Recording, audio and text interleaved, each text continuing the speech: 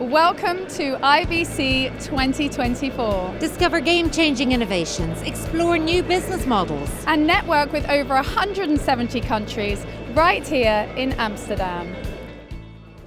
So Ted from USSI Global, it is day 2 here at IBC. How's it going so far? So far, pretty good. It's a lot of activity here at the show, so we're pretty excited about being here. So it's a couple of people we don't exhibit, but we are here talking to vendor partners and customers alike. So talk to me about USSI Global. So what we do is we focus on the communications aspect of the industry. We started out in VSAT, and then we moved into geo distribution of content via broadcast, and then we're now getting into LEO, low Earth orbit constellations, which has got a number of unique use cases in the market, and then IP distribution as well, and then we can do that as either a broadcast, a multicast, unicast, or even a datacast, which is essentially broadcasting files. What makes USSI Global unique? Well, that's a good question. What makes us unique is that we have a very distributed workforce that's technical. We're quite good with program management and logistics, warehousing. So we're a little bit all over the place. So we're able to do all those things, and we're able to do them end to end. So if you have a connectivity problem where you need to reach a number of different locations and you need help to deal with that heavy lift. So if you are trying to distribute content, for instance, to hundreds, if not thousands of locations, no one's got the staff to do that. We do. We have built up a pretty good network over the last 40 years of very qualified technicians, and we have expertise in video, RF, and networking, of course, and then really the program management as well.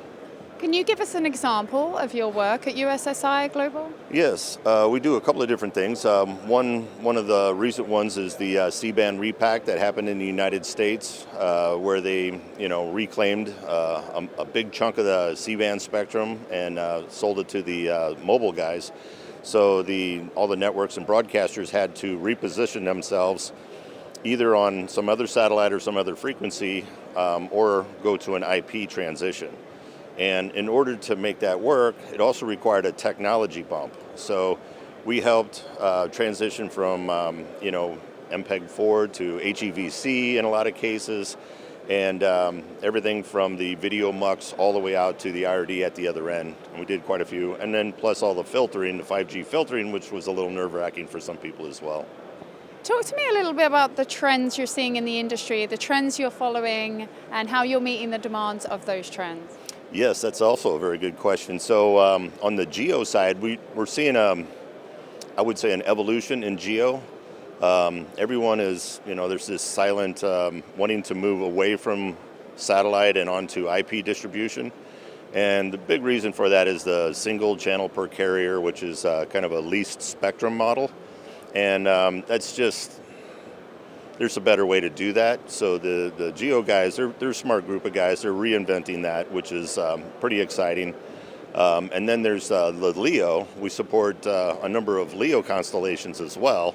And we can help broadcasters or networks start expanding LEO for everything from news gathering to disaster recovery to primary or even secondary or occasional use. Quite flexible and pretty easy to get on with that. And then there's the multi-orbit strategies, which also opens up a whole lot of things. So there's a lot of ways to communicate, but then there's a lot of data to move as well.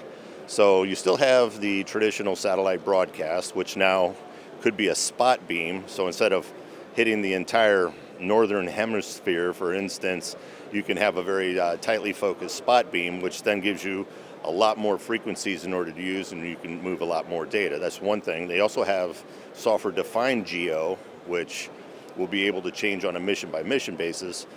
The other thing is everything is now an IP layer. So you're seeing it on satellite, you're seeing it on the LEO, of course, because it was designed that way. And you're even seeing it in terrestrial, such as the ATSC and even DVB. So now if you look at it, everything's become an IP network, And now you have the flexibility of multi-orbit strategies, and you also have the flexibility of doing things as a broadcast, a multicast, or a unicast, or all of the above. So it's pretty exciting because there's going to be all these new ways to get communications out to from one point to others. So one to many or many to one, however you want to do it. That perfectly leads me on to my last question here. And what does the future hold for USSI Global? Well, we're pretty excited about being in the space where we help others, right? We really don't have our own product to sell, so we basically fill in the gaps for people. And one thing I've known about being in this industry is it never sits still, and there's always another problem to solve. So we're just looking for end users and partners who have work to do, and we can help fill in the gaps. So, like you say, there'll always be those gaps to fill in. Well, thank you so much, and enjoy the rest of the show here at IBC. All right, thank you very much, Kaylee.